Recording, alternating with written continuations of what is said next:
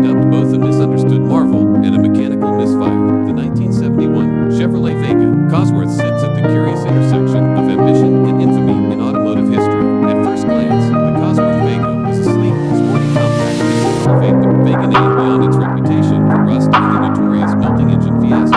Unlike the standard Vega, whose aluminum engine blocks were prone to overheating and distortion, the Cosworth variant was engineered with a far more refined powertrain, one that borrowed technology from the racing world, promised performance and sophistication in a compact American package. Under the hood, the Cosworth Vega housed a 2.0-liter DOHC inline-four engine, developed in collaboration with Cosworth Engineering of the UK, a firm best known for its success in Formula One. The twin-cam head was mounted atop a specially reinforced aluminum block with electronic fuel injection, an advanced feature for its time, improved reliability and precision. This engine produced approximately 110 horsepower at 5,600 revolutions per minute, which was notable compared to the base Vega's modest 90 horsepower, made into a 4-speed manual transmission with a 5-speed later available. The Cosworth Vega can sprint from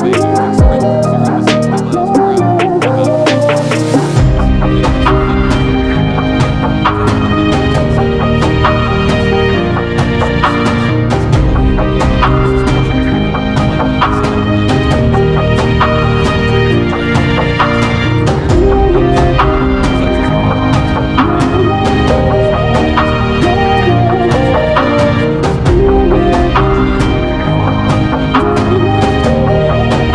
miles per hour in about 1.5 seconds, and it has a figure-four compact American from the mid-1970s. Only about 3,500 units were produced between 1975 and 1976. Despite initial projections of much higher sales, the exclusivity of the Cosworth Vega